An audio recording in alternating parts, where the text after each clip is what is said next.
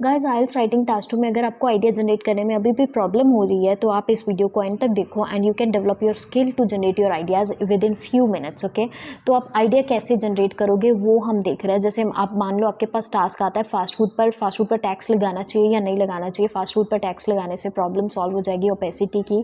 तो यहाँ पर आपने आइडिया जनरेट करते टाइम क्या होता है, ज़्यादा से ज़्यादा हम कंज्यूमर के पॉइंट ऑफ व्यू से स्टूडेंट सोचते हैं कि हाँ, अगर हम फास्ट फूड पर टैक्स लगाएंगे तो क्या होगा कि फास्ट फूड महंगा हो जाएगा और लोग नहीं खाएंगे, तो इससे प्रॉब्लम सॉल्व हो जाएगी। ओबेसिटी फास्ट फूड, ये कंबाइंड क्वेश्चन आता है कि फास्ट फूड पर टैक्स लगाने से ओबेसिटी की प्रॉब्लम सॉल्व होगी या नहीं। तो आप ज़्यादा से ज़्यादा कंज्यूमर के परस्पेक्टिव से सोचते हो, उसके बाद खत्म, उसके बाद स्टूडेंट्स के पास आइडिया नहीं आते। तो यहाँ पर मैं कहती हूँ कि आप हर एक क्वेश्चन में, इस क्वेश्चन में नहीं, हर एक क्वेश्चन में आप पार्टीज़ को डिवाइड करा करो कि उस क्वेश्चन में है कितनी पार्टीज़ है जिसके परस्पेक्टिव से आप सोच सकते हो। तो यहाँ पर आपके सब पास वो फास्ट फूड खाने वाला कंज्यूमर ही नहीं है, यहाँ पर आपके पास गवर्नमेंट भी है जो टैक्स लगा रही है, यहाँ पर आपके पास वो ओबेसिटी, वो प्रॉब्लम भी है जिसके पर्सपेक्टिव से आप सोच सकते हो। ज़रूरी नहीं इंसान के पर्सपेक्टिव से ही सोचना है। गवर्नमेंट है, वो कंज्यूमर है, वो वेंडर है जो बेच रहा है, और वो प्रॉब्लम है। कंज्यूमर वाले पर्सपेक्टिव से आपने एक बीपी आपका बना दिया, उसके बाद आप गवर्नमेंट के पर्सपेक्टिव से सोचोगे कि गवर्नमेंट अगर टैक्स लगाएगी तो गवर्नमेंट के पास टैक्स कलेक्ट होगा और वो टैक्स रेवेन्यू जो है गवर्नमेंट हेल्थ केयर सिस्टम पे लगाएगी, अगेन ओबेसिटी कंट्रोल हो जाएगी। अब फिर उसके बाद आप ओबेसिटी के पर्सपेक्टिव से सोचोगे, आप सोचोगे कि ओबेसिटी कंट्रोल करने के लिए फिर आप सोचोगे और भी बहुत स्टेप्स हैं, इस स्टेप के अलावा तो आप कहोगे कि मेरे हिसाब से ये बेस्ट वे नहीं है, इसके अलावा अदर स्टेप्स भी हैं। तो कई क्वेश्चंस में हम अदर स्टेप्स भी दे सकते हैं, अगर आप किस क्वेश्चन में अदर स्टेप्स दे सकते हो, किस क्वेश्चन में नहीं, हर क्वेश्चन में आप नहीं दे सकते।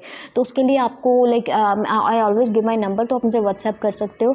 तो I always tell my students कि किस क्वेश्चन में आप अदर स्टेप्स अपनी मर्जी से बता सकते हो कि ये स्टेप से आप इस प्रॉब्लम को सॉल्व कर सकते हो, लेकिन किस क्वेश्चन में नहीं पूछा होता कि आप बता ही नहीं सकते और दूसरे स्टेप्स आपको सिर्फ उसी स्टेप पे डिस्कस करना होता है। तो यहाँ पे मैंने बता दिया 3 पर्सपेक्टिव हैं। एनीवेज, गवर्नमेंट के पर्सपेक्टिव से, गवर्नमेंट के पॉइंट ऑफ व्यू से आपने आइडिया सोचा, आपने कंज्यूमर के पॉइंट ऑफ व्यू से सोचा, आपने ओबेसिटी के पॉइंट ऑफ व्यू से भी सोच लिया कि ओबेसिटी को कंट्रोल करने के अदर मेथड्स। तो देखो मतलब आपके पास अनलिमिटेड पॉइंट्स हो गए। उसके बाद कोई और जैसे टास्क ले लेते हैं कि लोग फॉरेन कंट्रीज जाते हैं स्टडी करने के लिए, तो आप उसमें भी आपके पास क्या क्या है, आपके पास वो जाने वाला स्टूडेंट है उसके पॉइंट ऑफ व्यू से सोच सकते हो कि वो बाहर जाके क्या क्या सीखेगा। फिर आप नेटिव कंट्री के पॉइंट ऑफ व्यू से सोच सकते हो कि जहाँ से वो गया उस कंट्री पर क्या इफेक्ट पड़ेगा, एक बीपी में वो आ जाएगा। फिर जहाँ पर वो गया है, अगर आप उसके पॉइंट ऑफ व्यू से भी सोचना चाहो तो वो भी आप सोच सकते हो कि वहाँ पर स्टूडेंट का इन्फ्लक्स, यानी इन्फ्लक्स मतलब अराइवल बहुत सारे फॉरेन स्टूडेंट्स का हो जाएगा, तो हो सकता है कि उस कंट्री की पॉपुलेशन बढ़ जाए। तो मतलब ये कुछ रेयर आइडियाज़ भी आपके पास आ जाते हैं जो और किसी स्टूडेंट को नहीं आएंगे अगर आप अपने पॉइंट ऑफ व्यू को शिफ्ट करते रहते हो। ज़रूरी नहीं कि एक ही बंदे को पकड़ के बैठ जाओ स्टूडेंट को और सोचो कि स्टूडेंट ये सीखेगा, स्टूडेंट वो सीखेगा। मतलब आप अपनी पार्टीज़ पहले देखो, आपके पास है कितनी पार्टीज़। और यहाँ पर एक और मैं चौथी पार्टी भी बता देती हूँ, आपकी फोर्थ पार्टी स्टडी। आप ये भी कह सकते हो कि हाँ, उसकी स्टडी मतलब एक तो स्टूडेंट है खुद, एक 2 कंट्रीज़ हैं, 3 पर्सपेक्टिव हो गए। एक स्टडी के पर्सपेक्टिव से कि स्टूडेंट वो स्टडी वहाँ पर कितनी एडवांस्ड होगी। तो मतलब बहुत सारी चीज़ें अगर आप उनको पकड़ो तो आप वर्ड्स को पकड़ोगे, वर्ड से ही आइडियाज़ निकल के आते हैं। यहाँ पर ये टिप मैं आपको सबसे इंपॉर्टेंट देना चाह रही थी। एंड और कोई क्वेश्चन जैसे हम ले लेते हैं ऐसे ही टूरिस्ट वाला या फिर पेरेंट्स और चिल्ड्रन वाला टॉपिक होता है।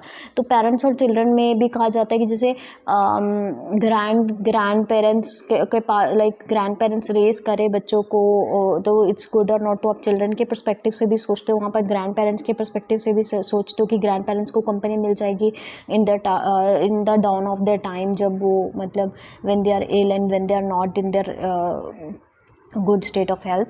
तो पेरेंट्स के पर्सपेक्टिव से सोच सकते हो कि parents can be free and free mindedly they can do their chores and they can go to the job and manage their they can earn money when there are grandparents at the home taking care of the children. तो यहाँ पर भी 3 perspectives आपके पास आ जाता है, बच्चों के perspective से भी, ठीक है। तो 3 पर्सपेक्टिव्स यहाँ पे भी आपके पास आ जाते हैं। पर्सपेक्टिव्स देखो और कीवर्ड्स देखो, मतलब दूसरा मैंने क्या बोला, एक तो पर्सपेक्टिव, पॉइंट ऑफ व्यूज, कितनी पार्टीज इन्वॉल्व है।